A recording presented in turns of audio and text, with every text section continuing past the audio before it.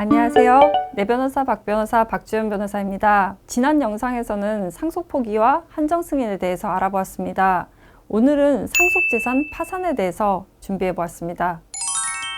한정 승인을 하면 상속재산 범위 내에서는 빚을 갚아야 됩니다. 그런데 법원에 한정 승인 신고를 하면 그걸로 끝이냐, 빚이 자동으로 갚아지느냐, 그것은 아닙니다. 한정 승인 신청을 하고 그리고 법원에서 심판 결정문이 나오면 5일 이내에 채권자들에게 공고를 해줘야 됩니다. 상속인이 알고 있는 채권자가 있으면 그 채권자들에게는 직접 통지를 해주고 보통은 모르고 있는 경우들이 많죠.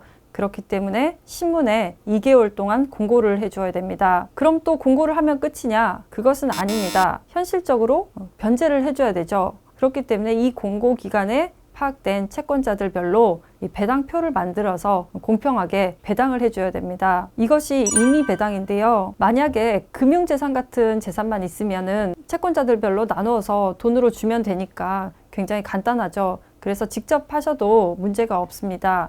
그런데 만약에 상속재산 중에 차량이나 부동산이 있거나 아니면은 상속 채권자들별로 그 권리관계에 다툼이 있거나 또 이 부동산에 압류나 담보권 같은 것이 설정이 돼 있어서 그 권리관계가 좀 복잡하거나 하는 경우 또 부동산이나 차량은 환가해서 배당을 해줘야 되기 때문에 계산도 굉장히 복잡해지게 됩니다. 이때 할 수 있는 것이 상속재산 파산인데요. 내가 임의로 배당을 해주는 것이 아니라 법원이 배당을 해주는 것입니다. 법원에 상속재산 파산 신청을 하면 법원에서는 파산 관제인을 선임해 줍니다. 그러면 이 파산 관제인이 상속재산에서 상속 채권자들에게 배당을 해주는 것인데요. 이렇게 법원에서 채권자 집회를 해서 내가 개별적으로 연락을 하지 않아도 채권자들에게 연락을 해서 변제를 해주고 또 계산도 정확하게 하기 때문에 나중에 분쟁의 소지를 없앨 수 있습니다. 그런데 이렇게 한정 승인해서 임의 배당하는 것보다 상속재산 파산이 더 비용도 많이 들어가고 시간도 오래 걸리고 그리고 제출해야 되는 서류도 많기 때문에 좀 복잡하고 번거롭게 생각하실 수도 있는데요.